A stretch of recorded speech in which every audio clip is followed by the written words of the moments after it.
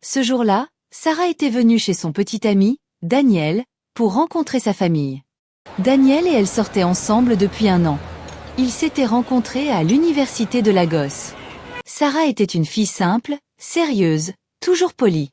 Elle venait d'une famille modeste, mais elle travaillait dur. Daniel, lui, était le fils d'un riche homme d'affaires.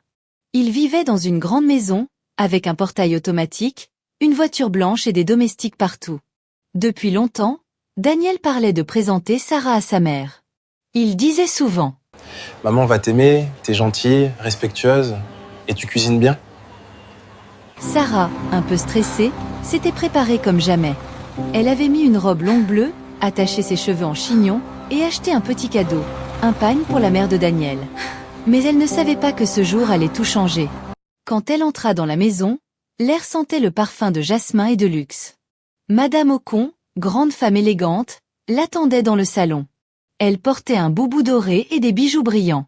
Son regard, lui, était froid comme la glace. « Bonjour, maman, » dit Sarah en s'inclinant légèrement. « Bonjour, » répondit la mère, sans sourire.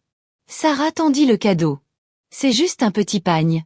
Pour vous. » Madame Ocon le prit du bout des doigts, le regarda quelques secondes, puis le posa sur la table sans dire merci. Daniel, gêné, tout sauta. « Maman, Sarah cuisine très bien, et elle travaille aussi pendant ses études. » Mais la mère répondit. « Ce n'est pas la cuisine qui fait une femme respectable. » Le silence tomba dans la pièce. Sarah sentit son cœur battre plus fort. Elle sourit timidement et s'assit. Après un long silence, Madame Ocon commença à poser des questions. « Tes parents font quoi dans la vie ?»« Ma mère vend du poisson au marché, et mon père est chauffeur, » répondit Sarah doucement. « Vendeuse de poissons ? Et tu veux épouser mon fils, l'héritier de la société Ocon Group ?» Elle éclata de rire, mais pas un rire joyeux, un rire méchant. Sarah sentit ses yeux se remplir de larmes. Daniel essaya d'intervenir. « Maman, ce n'est pas juste de la juger comme ça. »« Tais-toi, Daniel !» cria-t-elle. « Tu crois que tu vas épouser n'importe qui ?» Sarah voulut parler, mais sa voix trembla. « Madame, je ne veux pas votre argent, je veux juste aimer votre fils honnêtement. » Mais ces mots semblèrent enflammer encore plus la mère. Madame Ocon se leva brusquement. « Tu veux aimer mon fils ? Toi, fille de poissonnière ? Tu crois que tu peux t'asseoir à ma table et me parler d'amour ?» Elle fit un pas en avant, puis, paf ! La gifle tomba, sèche, brutale. Daniel se leva d'un bond. « Maman !»« Mais enfin !» Sarah recula, les yeux remplis de larmes, la joue brûlante. Un silence lourd remplit la pièce. On entendait juste le tic-tac de l'horloge. Sans un mot, Sarah prit son sac et sortit de la maison. Daniel voulut la suivre, mais sa mère lui cria. « Si tu sors, ne reviens plus jamais ici. » Daniel hésita, regarda sa mère, puis courut derrière Sarah. Dehors, Sarah pleurait au bord de la route. « Daniel, ta mère m'a humiliée, devant toi. »« Je sais, je suis désolée, » murmura-t-il. « Je ne pensais pas qu'elle ferait ça. »« Non, Daniel. Ce n'est pas ta faute. Je n'aurais jamais dû venir. » Elle s'éloigna, la tête baissée.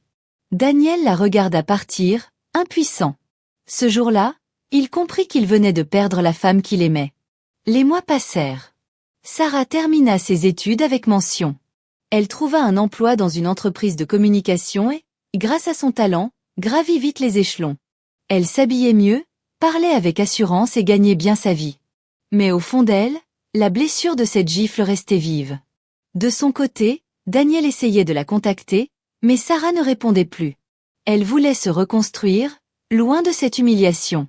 Un soir, 3 ans plus tard, Sarah sortait d'une réunion d'affaires dans un grand hôtel de Lagos. Elle portait une robe blanche élégante et des talons hauts. Devant l'hôtel, une voiture de luxe s'arrêta. La porte s'ouvrit, et Daniel en sortit. Leurs regards se croisèrent. « Sarah ? Daniel ?» Un long silence. Puis un sourire timide. Ils parlèrent un moment. Daniel expliqua qu'il avait quitté la maison, qu'il travaillait maintenant seul, et qu'il regrettait tout. « Maman m'a chassé quand j'ai refusé d'épouser la fille qu'elle avait choisie. »« Et aujourd'hui ?» demanda Sarah. « Aujourd'hui, je veux juste réparer mes erreurs. » Sarah hésita. Son cœur battait fort. Elle se souvenait encore du bruit de la gifle. Quelques jours plus tard, Daniel l'invita à dîner. Mais en arrivant au restaurant, Sarah vit Madame Ocon, assise à table. Elle voulut partir, mais Daniel lui dit « S'il te plaît, reste. Maman veut te parler. » La femme se leva lentement. Son visage avait changé. Moins de fierté, plus de fatigue. « Sarah, je suis venue te demander pardon. » Sarah resta muette. « J'ai été injuste. Cette gifle me hante chaque nuit. Quand Daniel est parti, j'ai compris que j'avais détruit son bonheur. Et le mien aussi. » Les larmes coulaient sur les joues de la vieille femme. « Tu es devenue une femme forte. J'ai vu ton nom dans les journaux. Tu diriges ta propre agence, n'est-ce pas ?» Sarah hocha la tête, émue. « Oui, madame. » Madame Ocon posa une main tremblante sur celle de Sarah. « Je suis fière de toi. Pardonne-moi, mon enfant. » Le silence dura un long moment. Puis Sarah prit une grande inspiration. « Je vous ai déjà pardonné. Cette gifle m'a brisé le cœur, mais elle m'a aussi appris à me battre, à devenir celle que je suis aujourd'hui. » Madame Ocon sourit faiblement, soulagée. Daniel, lui, avait les yeux humides. « Sarah, tu es vraiment extraordinaire, » dit-il doucement. Ils dînèrent ensemble, apaisés. Ce soir-là, une nouvelle histoire commença.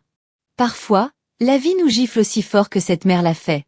Mais la vraie force, c'est de transformer la douleur en courage, et la colère en pardon. Ne juge jamais quelqu'un selon son origine.